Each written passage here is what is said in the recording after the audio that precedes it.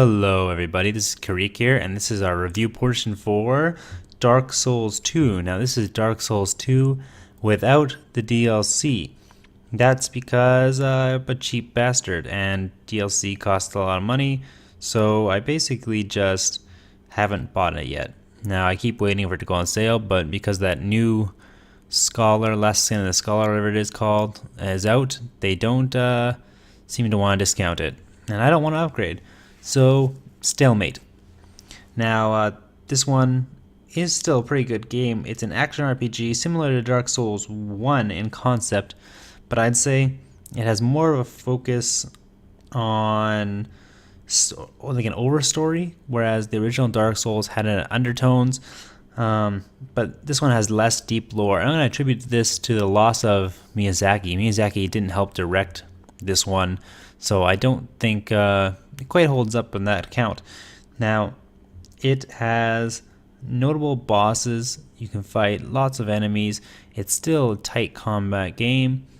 You play it basically as a tribute to Dark Souls 1 and onwards. It does improve on a lot of things, and if you like the first one, you'll probably like this one. Now, pros. It does have more of a good thing.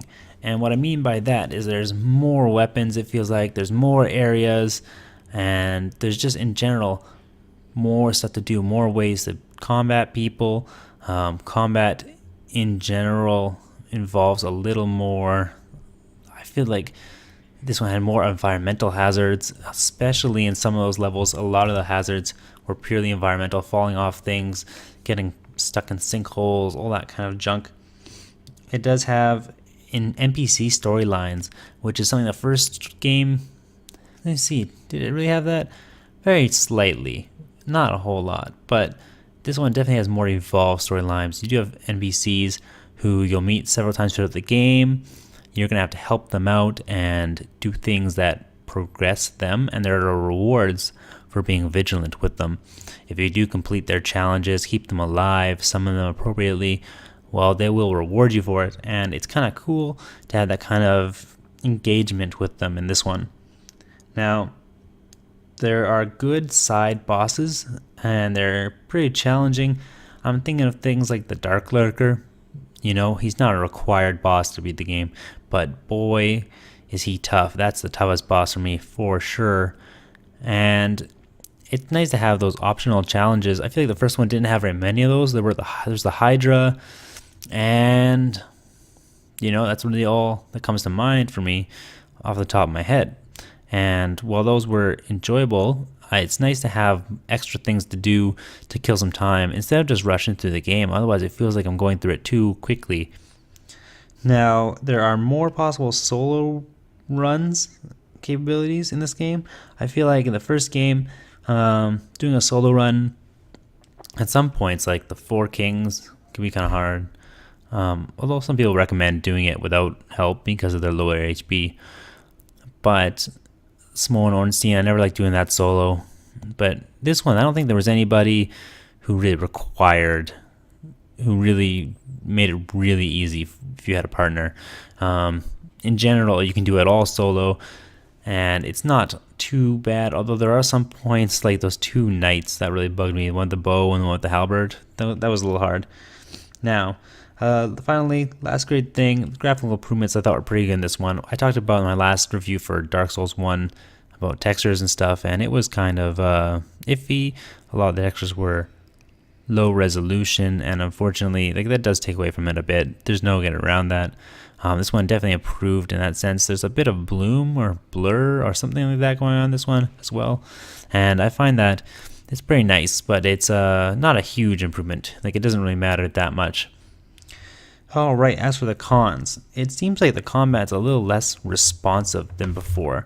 Like, I don't know, maybe it's just me, but I felt the first one was super responsive. Everything I wanted to do was right there. It was done as soon as I wanted it done. This one, it always feels like there's a little bit of like lag for it. And in a game like this where timing really matters, that's a big issue for me. The level design, way less engaging, less imaginative, a lot of castles, a lot of like forests, and it's like, wow, that's repetitive after a while. And even importantly, a lot of people have pointed out, and it doesn't really matter too much for me, but I have to include it in here as kind of a thing to point out. The levels don't make sense in a physical space kind of way. Like you can't, it goes like up into the ceiling, you end up in like a lava area or something like that. Someone was pointing out. It doesn't really make a lot of sense that way, and that's kind of, I don't know, seems like poor foresight on their part. There's a lot of cheap surprises in this one. In the first one, I felt like a lot of the surprises in the levels, when you knew it, it was available, and it was kind of foreseeable. You could kind of see something suspicious. Oh, I'm going to avoid that. In this one, there's a lot less skill involved with that. It seems just like luck. You're going to die the first time one of those traps is sprung on you, because there's no way to know. And then after that, you just have to remember it, and that's not the kind of trap I like. I like a trap that someone hypothetically could have figured out. The NPCs, they seem a little less intriguing, and I'm going to attribute this to the fact that they are more overt. So maybe it's because we know more about them. There's less lore to really hypothesize over or consider, and it makes them a little less interesting in my opinion, even if they are more engageable. They're, again, a lame final boss. Cassandra was kind of like one of the worst bosses in this game. A little laser and some cheap ass dark like cursing thing that really annoyed the shit out of me, and it wasn't the most engaging. Like we'd never heard of her before. Like in the first game, you hear about Gwyn. The very first, he's in the opening storyline, and Chandra is like barely touched upon, barely at all. If anything, King Vendrick should have been the final boss. It's not what we saw in the previous game. I don't really feel like it was an improvement overall, and in general, sequels should be improvements, I would hope. And the previews kind of let on like it was going to be like a great graphical masterpiece with all these great enemies, and I don't know, I feel like we were lied to a bit in the previews. Maybe it just overhyped a bit. So let's get on to the scores here. For gameplay, out of 3, I'm going to give it a 2.2. Gameplay is still generally good, just not as good as the original. Again, attributing to that in-responsive combat and, in general, less intriguing kind of levels and stuff like that. And that goes along with the atmosphere as well. I'm changing up the order of things. Oh my. Atmosphere, like I said, it's a little bit less imaginative, more repetitive. That's a 1 out of 2 for me. Addiction, still an addictive game. I found myself playing it a lot at first, although not quite as long.